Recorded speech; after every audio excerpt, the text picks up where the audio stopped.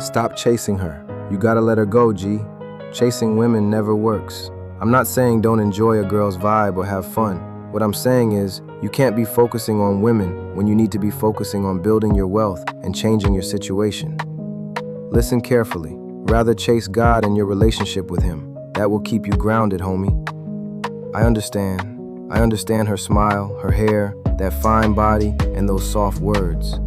But gang, women can ruin your life if you don't focus on your own life. And if you don't have self-respect for yourself, people stop having respect for you. Even if they don't, you wouldn't need it, because you'd already be locked in with yourself. Only two things got you for real, you and God. God ain't a person, but you understand what I mean. Don't expect loyalty from people, gang. Always stay wise and smart. Personally, I have women who are chill. Even with my girl, yes, I'll respect her. Yes, I'll look after her. Yes, I'll take her out, but I'll never put my full faith in her. If she leaves, she leaves. I can't control people, and I don't want to. That's life. It's like watering a plant that doesn't belong to you. You keep pouring energy into it while your own garden is dry and dying. One day you look up and realize you've been growing someone else's flowers while yours never got the chance.